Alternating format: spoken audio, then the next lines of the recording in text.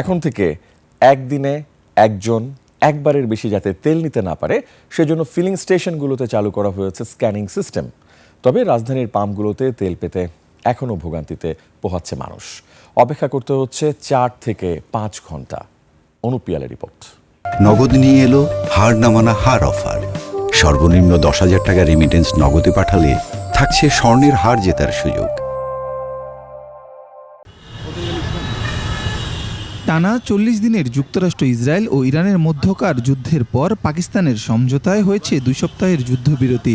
তবে দেশে জ্বালানি তেলের সংকট কবে কাটবে এ নিয়ে এখন প্রশ্ন।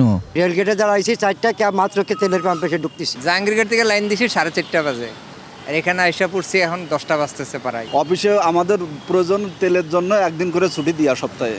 আরও কয়েকদিন যদি যুদ্ধ এভাবে চলে তাই দেশ খুবই নাজেহালের ভিতর পড়ে যাবে। নাইট ডিউটি শেষ করে তারপরে আমি লাইনে দাঁড়াইছি। ভোর 5টা থেকে দাঁড়ানো, এখনও মনে আরও 1 ঘন্টা লাগতে পারে। দিন দিন সব কিছু ভালো হবে, দিন যায় আর ক্রাইসিস একটা করে নতুন ক্রিয়েট হয়।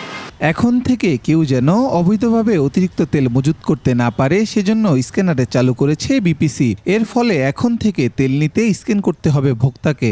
এটা কিউআর কোড রেজিস্ট্রেশন থাকবে, তোর আসার পর আবার দেখা যায় দলের পর দেখা যায় সে না তেল কখন নিয়ে গেছে। এই তেলটা যেন সঠিকভাবে ইউজ করে, সেই জন্য এটা সেটা মিসইউজ না করতে পারে। এই কারণে সরকার কিন্তু এই প্ল্যানিং করছেন, সবাইকে রেজিস্ট্রেশন আওতায় নিয়ে আসবে। বিপিসি বলছে 6 এপ্রিলের হিসাবে দেশে ডিজেল মজুদ আছে 1,32,228 টন, পেট্রোলের মজুদ 16,030 টন, অকটেন আছে 10,526 টন। বুধবার রাতে 25,000 টন অকটেন নিয়ে একটি জাহাজ আসার কথা রয়েছে। এ মাসে ডিজেল নিয়েও কয়েকটি জাহাজ আসার কথা রয়েছে। অনুপ পিয়াল, 21 টেলিভিশন, ঢাকা।